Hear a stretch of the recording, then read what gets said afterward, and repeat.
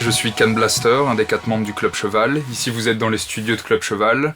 C'est là qu'on entrepose tout notre matos, chacun les achète à gauche à droite. Il y a des synthés, des équas, des pédales, on branche un peu tout et on voit ce qui se passe. On est ici depuis environ 2 ans, 2 ans et demi. Dans ces studios-là, depuis peut-être 1 an, c'était l'ancien studio de Surkin et la pièce à côté qui est un peu plus entrepôt, qui était celle de Bob Mo. Avant on était dans les studios à côté qui étaient les studios de Jackson, et puis il y a pas mal de gens qui bossent ici aussi, Cosmo Vitelli, il y a les Birdie qui sont en train de taffer, et il y a San Pellegrino, les bureaux juste à côté aussi, qui partagent leur bureau avec Marble en fait.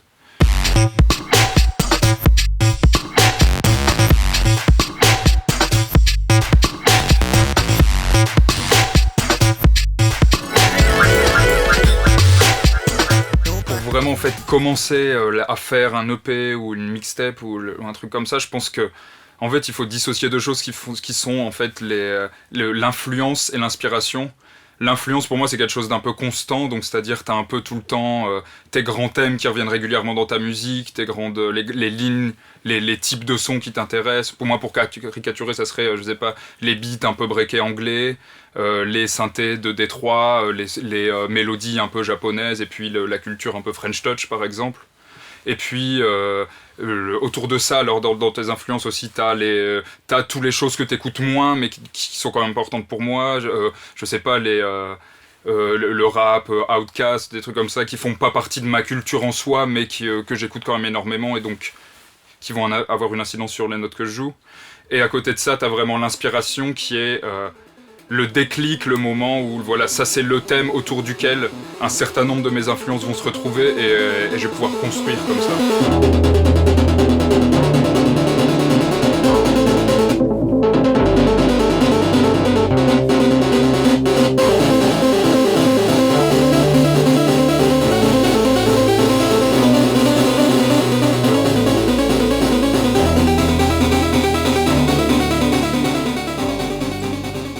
Bosser avec Club Cheval, il y a un côté concession, dans le sens où il y a des fois où tu fais des choses et qui sont peut-être trop bizarres ou trop extrêmes dans un sens pour le projet. Et surtout, là, c'est un projet où on a choisi en fait de se détacher peut-être un peu et de prendre un producteur externe pour nous canaliser un peu, qui est DJ Core, chez qui les autres sont en train de bosser là. Et donc en fait nous on apporte du matériel, mais c'est très aléatoire en fait. Il y a des moments où on va arriver avec des morceaux quasiment finis, des moments où au contraire il va y avoir une boucle d'un morceau seulement qui va être retenue et qui va être une nouvelle base pour un autre morceau. On bosse des fois à 2 seulement, les 2 autres passent dessus. Enfin, on n'a pas vraiment de méthode, c'est encore la même chose, et je crois que c'est particulièrement vrai pour cet album en fait. C'est j'ai une idée, je pourrais la faire avec Mid ou avec Sam Tiba ou avec Pantero. Ça, tiens, je lui en parle la veille au téléphone, puis on va en studio le lendemain matin, puis on démarre le truc. Et c'est aussi, on dit aux autres de venir l'après-midi et de continuer. Enfin, c'est aussi simple que ça des fois.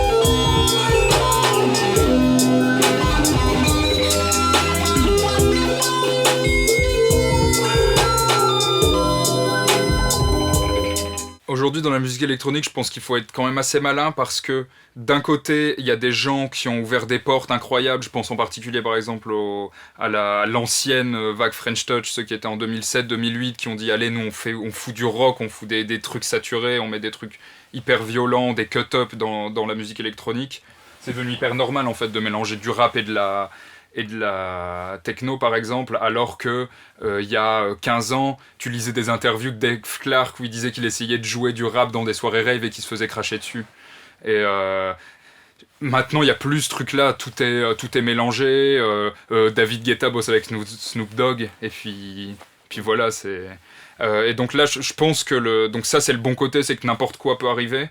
Je pense que le mauvais côté, c'est qu'il y a tellement d'informations, ça c'est plus dû à la façon dont la musique est distribuée, à ça, les trucs MySpace, SoundCloud, la musique, Spotify, le fait que la musique devienne de plus en plus gratuite et que tout le monde puisse la faire assez facilement juste avec un ordi. Donc ça c'est le bon côté, le mauvais côté c'est qu'on se retrouve submergé de choses et la musique est peut-être un peu plus dépendante de la mode d'une certaine manière, en tout cas la musique électronique. Et ça fait que EDM, trap, deep house, on tombe facilement dans des gros styles avec lesquels on doit jongler.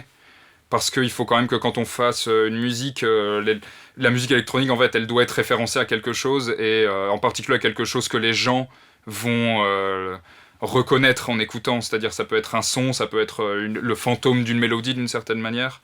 Je pense à par exemple Burial quand il arrivait qui avait un peu des fantômes de voix de Usher dans ses tracks mais c'était pas vraiment, il n'y avait pas le côté R&B ou cheesy ou émotionnel qu'il peut y avoir dans un Usher, il l'utilisait pour en faire autre chose.